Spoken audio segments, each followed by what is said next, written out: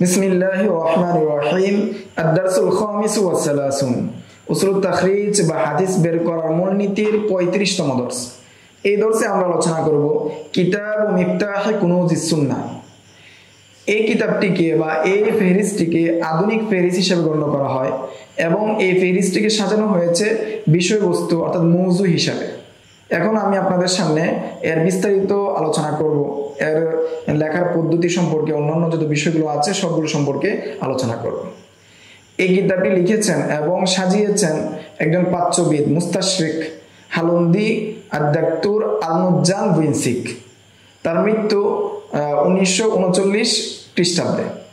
লেখক এজে উইনসিক তিনি এটাকে ইংরেজি ভাষায় লিখেছেন, এরপর সেটাকে আরবি ভাষায় রূপান্তর করা হয়েছে। রূপান্তর করার ক্ষেত্রে যত ভুল আছে এবং এগুলোকে ঠিক করা হয়েছে, সাথে সাথে হাদিসের নুসুস যে রয়েছে সেগুলোর সাথে আবার মিলানো হয়েছে এবং অন্যান্য যে তাহকিকাতগুলো রয়েছে সেগুলো করা হয়েছে। এবং এটাকে মুসলিম বিশ্বে ছড়িয়ে দিয়েছেন মরহুম উস্তাদ মোহাম্মদ ফুয়াদ আব্দুল বাকি রাহিমাহুল্লাহ। এবং সেটাকে আরবি ভাষায় রূপান্তর করা হয় বা আরবি ভাষায় ছড়িয়ে দেওয়া হয় 1352 হিজরিতে, অর্থাৎ 1933 খ্রিস্টাব্দে। এই কিতাবে মোট 14টি কিতাবের হাদিসকে মওযুআতের উপর ভিত্তি করে ফেহরিস্ত তৈরি করা হয়েছে। এগুলো হলো প্রসিদ্ধ এবং সুনানের যে কিতাবগুলো আছে, মৌলিক যে ইসলামের কিতাবগুলো আছে সেগুলো।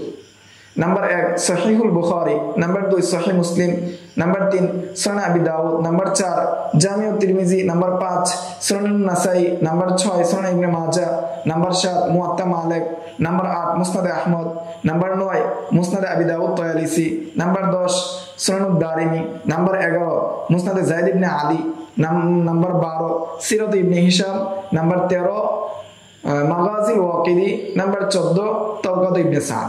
এই 14টি হাদিসের কিতাবের যে হাদিসগুলো আছে সেগুলোকে বিষয়ভিত্তিক ভাবে তার লফজ অনুযায়ী সাজিয়েছেন, এই ফেহরিস্টটি তৈরি করেছেন।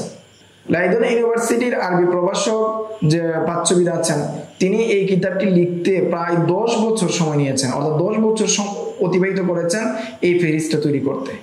এবং এই কিতাবের তরজমা লিখতে প্রায় 4 বছর সময় লেগে গিয়েছে এবং এতে যে তাসিক করেছেন এটা করতে 4 বছর সময় চলে গিয়েছে। এই ছিল আজকের দর্স।